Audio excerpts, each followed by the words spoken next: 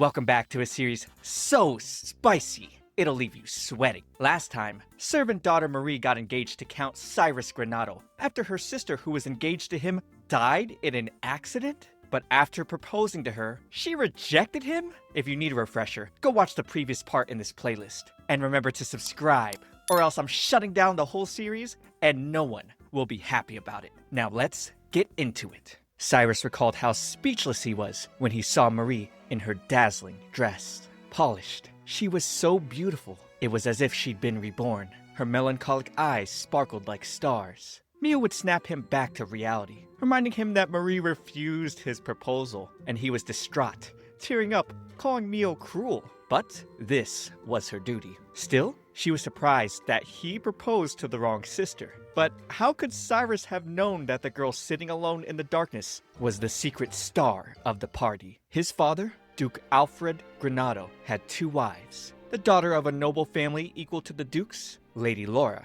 was Alfred's official wife. The other was an Ipsandrian traveling performer he took as his concubine, Lulu. One day, while chasing a butterfly, the young Cyrus fell, hurting his head. Lady Laura would approach the boy and offer him a treat she had baked. He was quite trusting to eat it, but that was only because of how delicious it was. Cyrus loved it. Hearing this, Laura was intrigued and eager to know what else he liked. He told her he loved cakes, cream puffs, and all sorts of treats. Laura also loved sweets because when she made them, she didn't have to think about unpleasant things. So, she then promised to make some chocolate cookies for him. Later on, the Duke would address Cyrus and Lulu. Although Laura was his official wife, she'd only given him girls. Because of this, Cyrus was to inherit his dukedom. Laura overheard this conversation and she boiled with rage. That night, Cyrus discovered that Laura had taken her life, leaving her daughters in painful sorrow. He couldn't comprehend why the woman who had been so kind to him would choose death of her own free will. After that, Lulu was elevated to the position of official wife. She still felt she was no more than a concubine and left the Duke, taking Cyrus with her.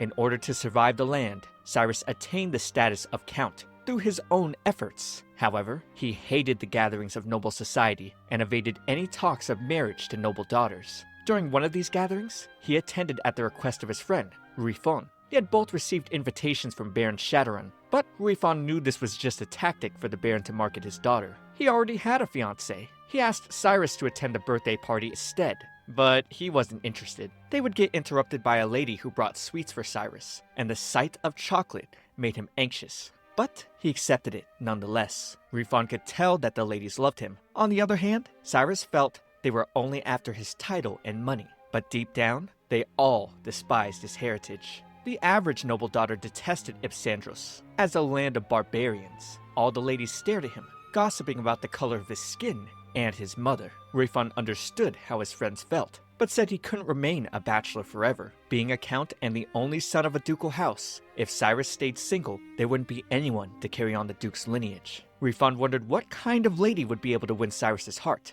and he was looking forward to it. On the other hand, Cyrus doubted such a day would ever come. That thought quickly changed, now figuring that his friend might have been right. The daughter of an impoverished baron might just be right for him, and if it's only a marriage of convenience, then someone easy to manage would be best. With him recalling the women who mocked his origins and his dead stepmother, he felt love was something he'd never feel. Or so he thought. From that first encounter with Marie, he had completely fallen in love with her.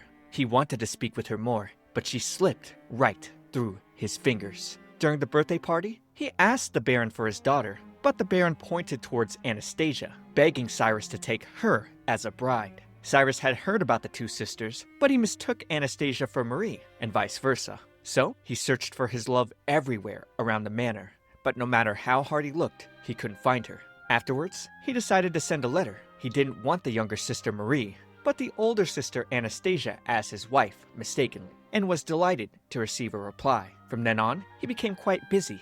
To offer his fiancée the finest hospitality, he arranged for jewels, dresses, and new servants, even acquiring a body pillow to hold through the sleepless nights as he waited. But the tragedy of Anastasia's death left him distraught. And then, amid his heartbreak and despair, the woman whom he thought was Anastasia arrived. Although her knowledge was lacking, Mio told Cyrus that he was foolish for not realizing who Marie really was. Now that he was rejected, she commended him for accepting the truth, and then reminded him how he turned away and shunned Marie's new look. Also, the way he said, "Send Marie Chatteron away," wasn't the best choice of words. Due to this, Mio said that Marie must have believed that Cyrus hated her. However, she told him to give it his best shot. After all, he was the one in a one-sided love situation. Cyrus then decided they should go see Marie because he wanted to see her smile. Meanwhile, she stared at herself in the mirror, seeing only her worn-out,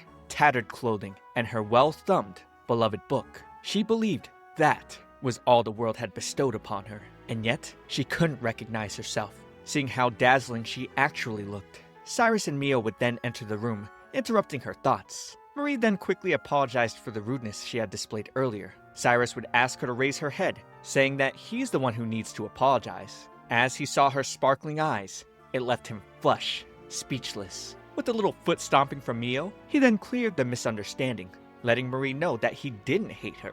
He had thought she had come to the palace of her own free will, and so he apologized for making such assumptions. He still wanted her to become his wife, which she quickly accepted extremely nonchalantly. She explained that she only denied his proposal initially because she was so shocked. She understood that to inherit the title of Duke, he needed to marry a woman of noble birth. However, finding a wife must have been difficult. If that wasn't the case, someone of his status would have never attended a poor baron's party. Of course, she still believed he fell for her beautiful sister Anastasia, and not herself. Calling herself the useless younger sister, she believed she was here to replace Anastasia, but assured Cyrus that she knew her place, not minding being treated however Cyrus pleased. Cyrus then confessed he had a political marriage in mind when he went to the party, but that night, his feelings changed. He said his letter was no facade, and he meant every word.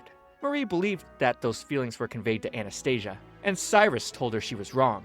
But it was all still confusing her. The clock then rang, signaling the time for dinner. Mio suggested that they continued their conversation while they ate. A single taste of the food was enough for Marie to know it was much more delicious than the food she had back home. Cyrus would then tell her that they wouldn't be having a marriage of convenience, confessing that he really wanted to marry her. Marie said she was honored, which let him know that she didn't believe him.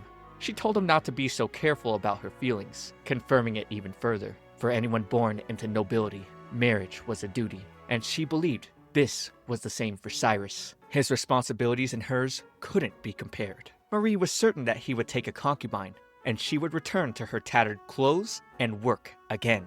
She didn't mind, because life would be much the same as it had always been. Cyrus would then say he loved her, which made her even more confused. Love? Who was in love? With whom? It made the least sense of all to her. Whatever the case, they had agreed on their betrothal. Cyrus said the wedding ceremony would be in 3 months, and he would make all the arrangements. She suddenly requested to go back home just once, explaining that her father didn't believe that the betrothal would come to pass, and she was to serve as his comfort for a night. And after forming a bond with him, the Baron insisted that she be kicked out and returned to him. Hearing this, Cyrus and Mio were absolutely furious. The two of them left the room to discuss the matter, causing Marie to believe she had been disrespectful all this time. In a short moment, Mio returned, telling her that she was forbidden to return to her parents' house on Cyrus's orders. And if her parents were to visit, she was advised to seek Cyrus's permission before seeing them. Mio then asked Marie why she believed she was ugly. Of course, it was because of her parents. Her hair was always covered in balls of lint, and she had freckles. Her parents always made her look at her dirty, raggedy self in the mirror. Mio then told Marie to look in the mirror, but Marie wondered what would happen if she did.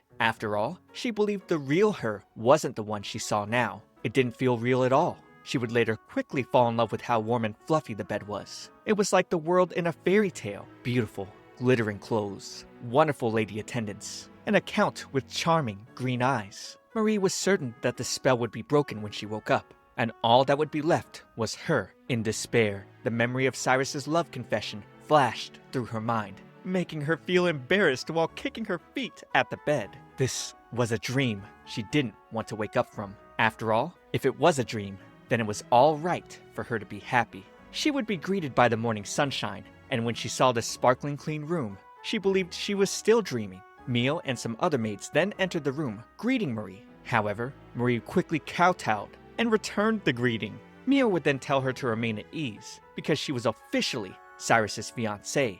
After that, she introduced the other two maids as Hannah and Ilza, who would be looking after her daily needs, making her a bit nervous. Man, Cyrus had an unfortunate backstory. I don't think as bad as Marie's, considering we're probably going to have to deal with her being low self-esteem this entire series. But I'm excited for the next part. Remember to like this video and subscribe for more. And also, watch this next video. It's me, ComfyTea. I'll see you all in the next one.